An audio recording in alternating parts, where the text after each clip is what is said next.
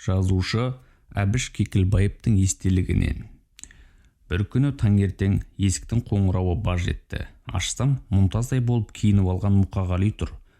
Ертелетіп неғып жүрсіз? Амандық па әйтеуір дедім. Жұмысқа кеткелі жатырым. Түрімді көріп, үсті басымды бір сүзіп өтті. Өңкей ілім соққандар. Жаңа бұрыштан айнала беріп Асқарды көріп ем, ол да портфелін құшақтап жұмысқа бара жатыр екен. Сен де сықиып тұрсың. Бара бер, бара ғой деді. Біздің дабырласқан дауысымызды естіп, ас үйден анам көрінді. Бұрын көрмеген адам болғансын, ұсынған қолын алып жатып, қай баласың, қарағым деді. Амансыз ба апа?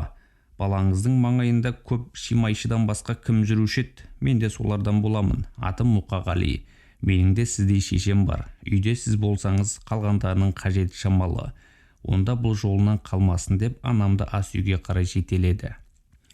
Мен бір шымидымда шығып кеткем. Кешке қайтып келсем, анам мәз-мейрам. Мынаны манағы бала беріп кетті. Қолы тисе оқып шығар деді. Жемпірінің қалтасынан алақанға сыйып кететіндей шапшағын кітапша шығарды. Жарықтық, жігіттің төресі екен. Тұлға қандай, тұрпат қандай. Екі иығына екі кісі мінгендей. Қалған достарың өңкей шыбыштың лағындай шошаңдап тұрған немелер еді. Мынаның сөзі байсалды. Қолыңды тегіз оқып шық. Не жазды екен жарықтық деді анам. Мұқағалиды көріп ішпей жемей тойып тұр. Тамақтан соң үстелме бардым. Сыртында томпиған кіп-кішкене немересін ерткен кәрі әже. Аспандағы күннің аумағынан ұшып келе жатқан қос қарлығашқа қадала қарап қалыпты. Аты да әсем екен. Қарлығашым келдің бе? Әрі таныс, әрі таңсық. Мұң лебі ескенде болады. Алғашқы бетті ашып қалсам, көк сиямен автограф жазылыпты. Әбіш, дей алдым ба бір демедім бе? Дей алмасам боғымды жегенімде. Өкпе назым, қайғымен қуанышым тұрса бәрі жарады өлеңімде депті де шиырып қол қойыпты. Жүрегім шым ете түсті. Сол бойда оқуға кірістім. Бірінші өлеңінің өзі ойыңды алысқа ала қашады. Оққан сайын оқи түскің келеді. Жол тастамай оқыдым. Бәрінде өз басымнан өткерген деймін. Қай өлеңін қанша қарасам да артық ауыз ештеңе таба алмаймын. Апырай, ала құласыз бұл қандай кітап? Шындықты жұрттың бәрі біліп, бәрі көріп жүргенмен, оны ортақ сырға айналдыру, жырға айналдыру тек ең таланттылардың ғана қолынан келетін сияқты. Көре ғой, байқай ғой, айта ғой деп періштелердің өзі тек солардың ғана құлағына сыбырлайтындай.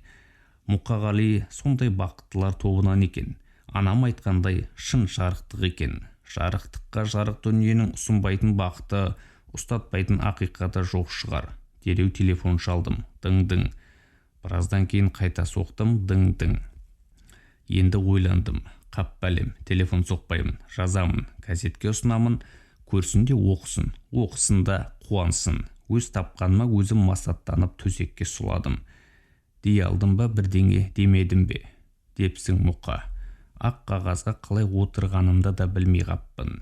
Бір ойланып, мақаламды өзім оққан поэмаларында Мұқағалидың лириктігі басым түсетіндігінен бастаппын. Әдетте тіпті де жақсы өлеңі көпте, бірде-бір жаман өлеңі жоқ жыр кітаптары аса сирек ұшырасады. Мұқағали Мақатаевтың «Қарлығашым келдің бе» жинағы сондай айда жылда бір ұшырасатын аса сиректің бірі деп жазыппын. Расында дәл өзі еді.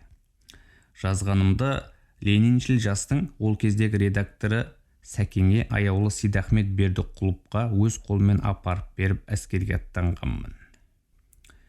Мәліметтер Әсет Ақмолла Instagram парақшасынан алынды.